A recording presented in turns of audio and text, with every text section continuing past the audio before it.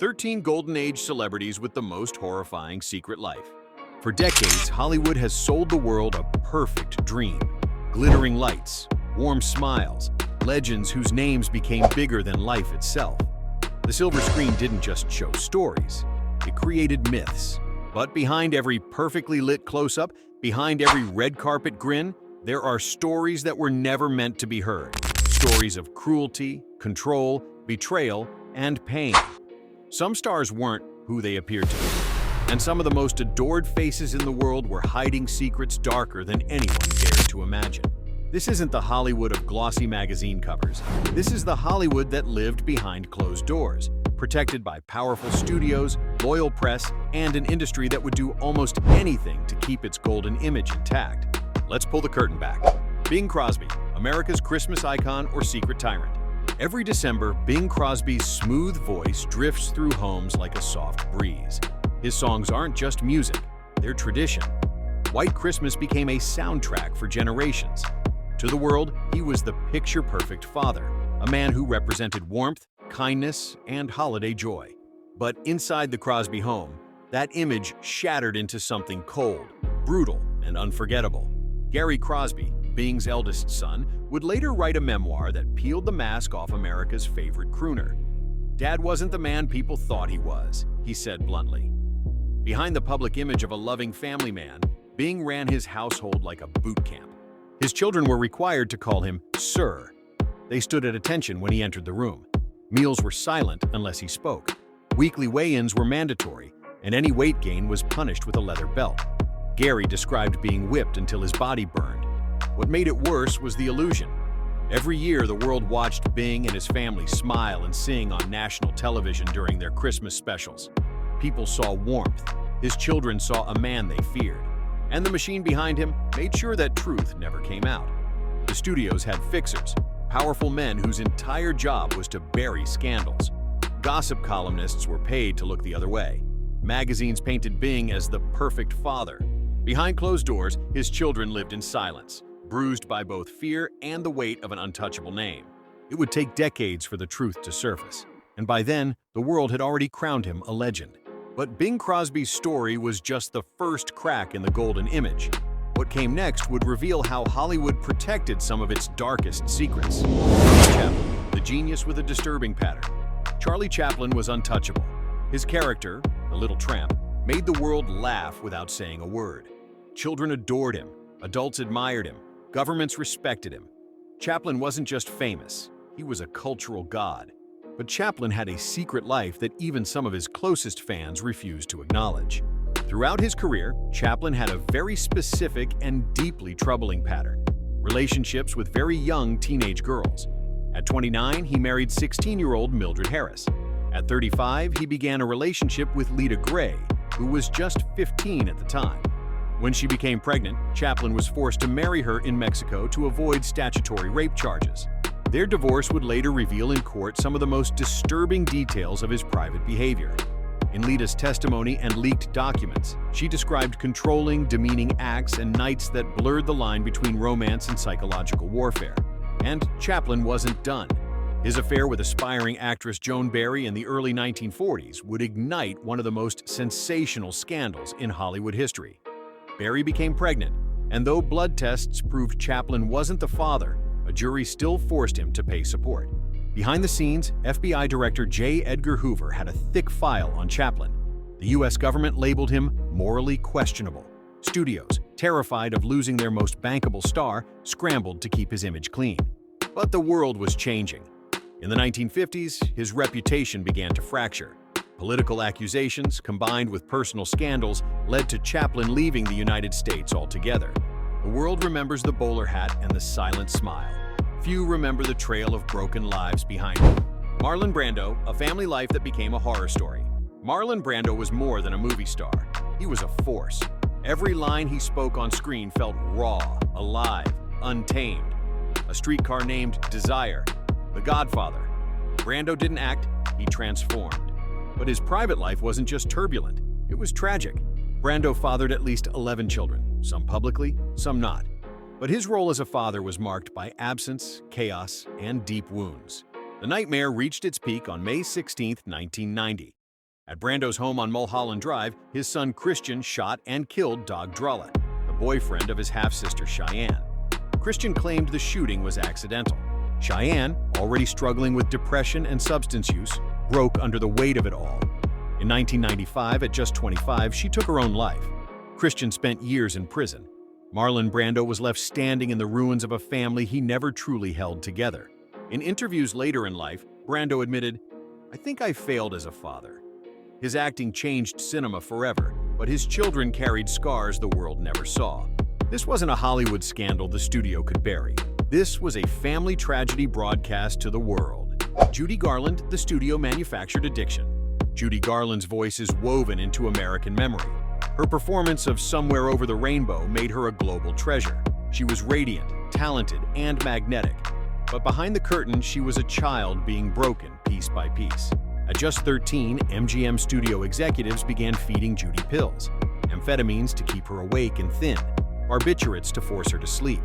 They monitored her weight daily, often humiliating her for the tiniest fluctuation. She was called fat, forced onto harsh diets, and even denied meals. They didn't see a child, they saw a product. By 18, Judy was addicted. Her schedule was brutal: filming, singing, appearances, then more pills to make it all possible. She smiled on camera, cried backstage, and never had the chance to grow up like anyone else. The addiction that began in a studio office would follow her until her death at 47. The official cause was an accidental overdose. But the truth is, it started the moment Hollywood decided her body was their investment. The world saw Dorothy. Judy saw a machine that consumed her and left nothing behind. Rock Hudson, the star forced to live a lie. Rock Hudson was everything the 1950s demanded in a leading man. Tall, handsome, charming, straight. At least, that's what they wanted people to believe.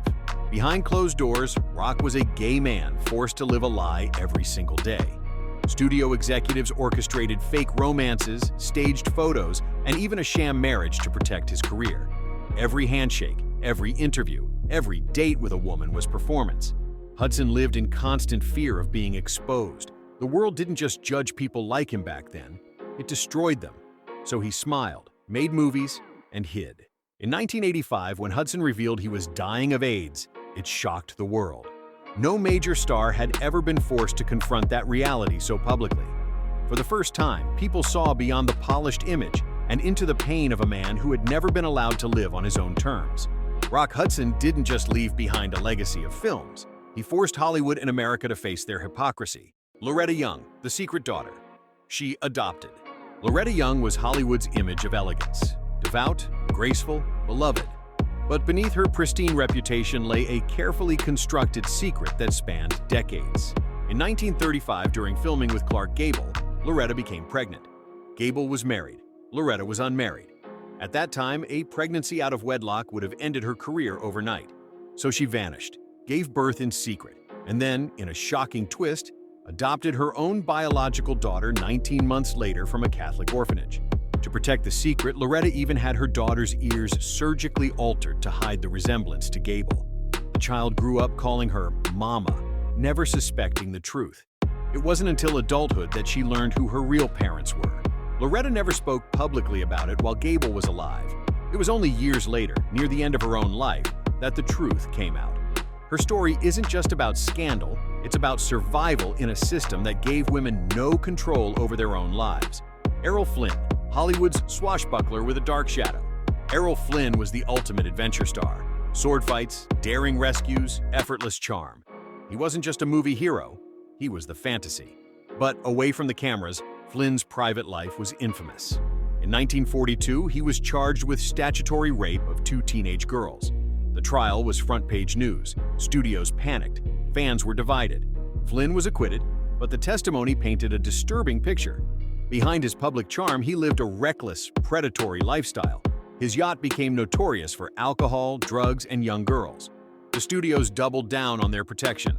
They used their power to discredit the accusers, plant positive stories, and salvage his image.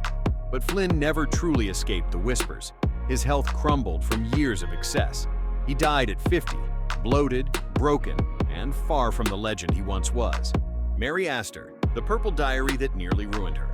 Mary Astor was known for elegance, sophistication, and unforgettable performances. especially in The Maltese Falcon. But in 1936, her private world exploded into public view. During a vicious custody battle, excerpts from her personal diary were leaked to the press. Written in purple ink, the diary contained explicit accounts of her sexual relationships with powerful men in Hollywood. Newspapers feasted on the scandal. America was obsessed. Mary's name became synonymous with salacious headlines. MGM nearly fired her to protect their image. In the end, the judge kept the diary sealed, but the damage was done. Mary's reputation barely survived. She worked for years to rebuild her image while living under the shadow of her own private words. Her story shows how quickly Hollywood could turn a woman's private life into a public weapon. Jerry Lewis, charity icon, monster dad. Jerry Lewis made millions laugh and cry with his telethons for Jerry's Kids. He built his image as a man who cared deeply about children in need. But behind his front door, his own kids described a different man.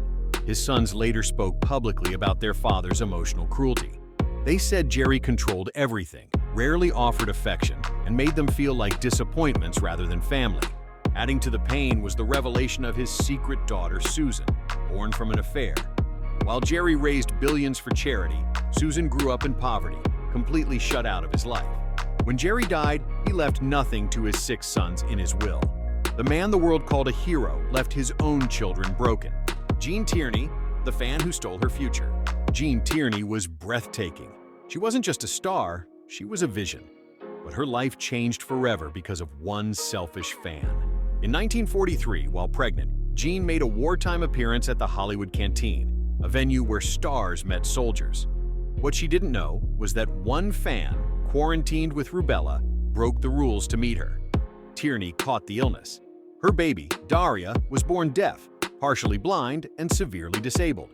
Years later, the same fan approached Jean again and casually confessed she had broken quarantine just to meet her that night. Jean described that moment as the day the world collapsed. The tragedy consumed her. Jean struggled for years with guilt, depression, and hospitalizations.